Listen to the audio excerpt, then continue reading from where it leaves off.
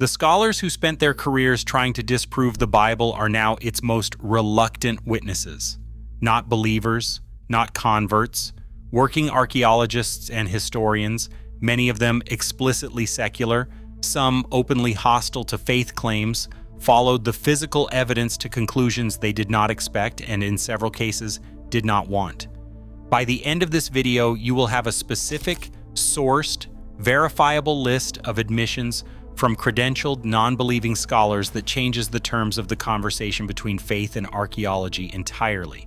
Not what apologists claim the evidence shows, what the skeptics themselves put in writing.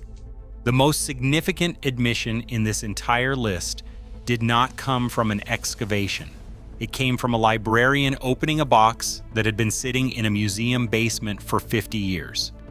Here is the frame you need. For most of the 19th and early 20th century, the dominant school of biblical archaeology operated on an explicit assumption. The Bible was literary and theological, not historical. The patriarchs were myths. The Exodus was legend. The united monarchy of David and Solomon was pious invention with no contemporaneous documentation. This was not a fringe position. It was mainstream academic consensus, held with a confidence that bordered on contempt for anyone who suggested the physical record might say something different. That consensus began collapsing in the 1990s. It was the shovels of secular archaeologists that brought it down. Then archaeologists started digging, and the physical record started talking back. The first major crack appeared at Tel Dan in 1993. Israeli archaeologists excavating the ancient city in northern Israel found a basalt stele, a carved stone monument dating to the 9th century BC. The inscription was in Aramaic. Among the phrases carved into that stone were the words, "House of David." It was not a religious text. It was a military victory inscription carved by one of Israel's enemies. The scholar who published the initial analysis, Avraham Biran, was a secular Israeli archaeologist. His conclusion was direct.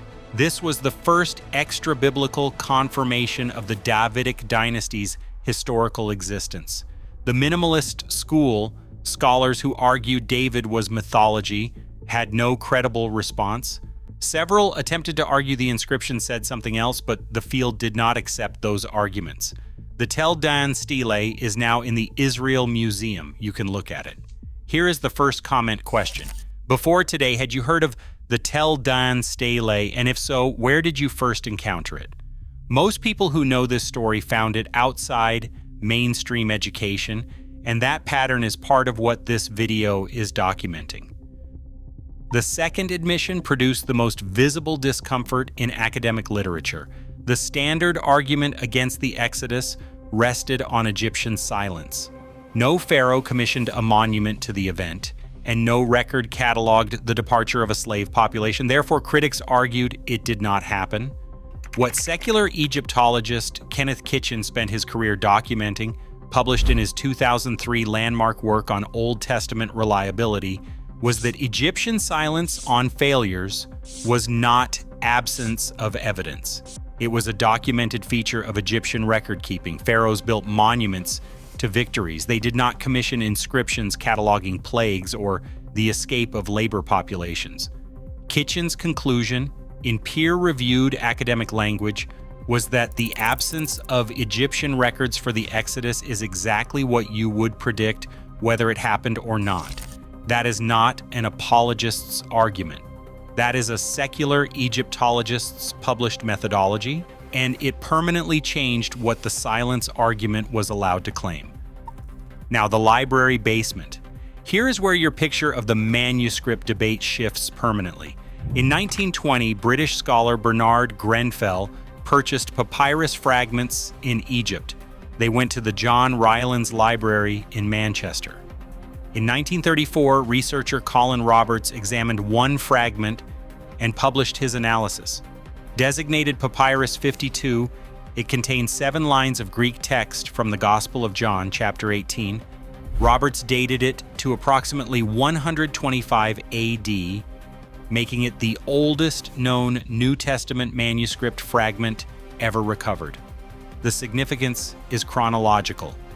If John's Gospel was circulating in Egypt by 125 AD, the original composition must predate that by enough time for the text to travel and be copied. That single fragment pushed John back to within living memory of the events it describes.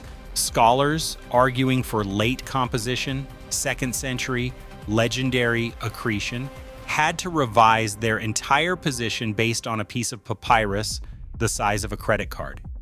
Here is your value apex. Here is the admission I want you to screenshot and share today, because this changes the entire frame of the faith and evidence conversation.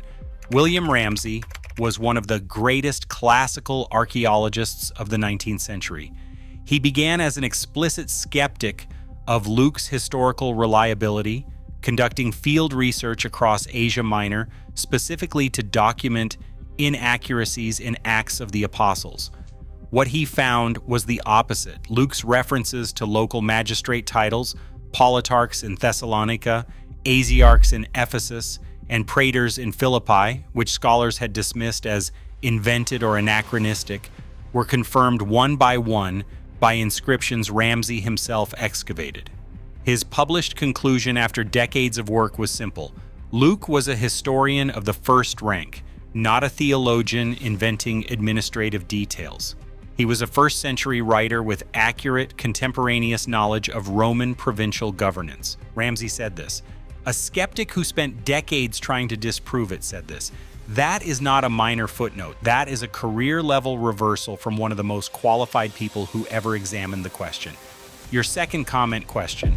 If a scholar who set out to disprove a historical claim ends up confirming it, does that carry more weight than confirmation from a faith-motivated researcher? No wrong answer.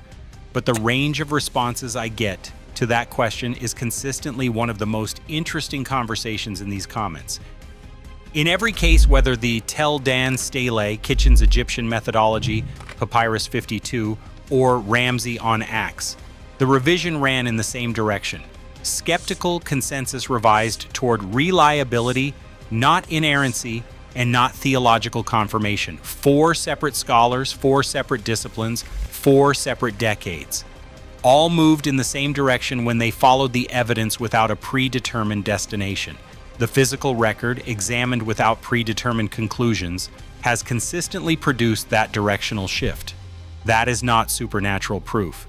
It is a data point your standard secular education almost never gives you access to, and it is a result the scholars who produced these admissions did not plan to produce. Subscribe now, because the next video covers the archaeology of Acts in full, all 84 of Colin Hemer's verified historical details, and the specific inscriptions that confirmed what scholars said could not be confirmed. Hit the bell.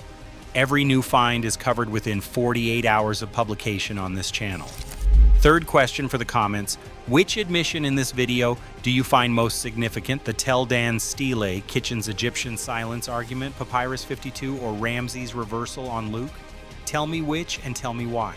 What you find most significant reveals what you thought was most uncertain going in. Share this with one person who has ever been told that archaeology disproves the Bible. Not to win an argument, to show them what the archaeologists who tried to do that actually found. The skeptics dug, the evidence answered, and some of them were honest enough to say so.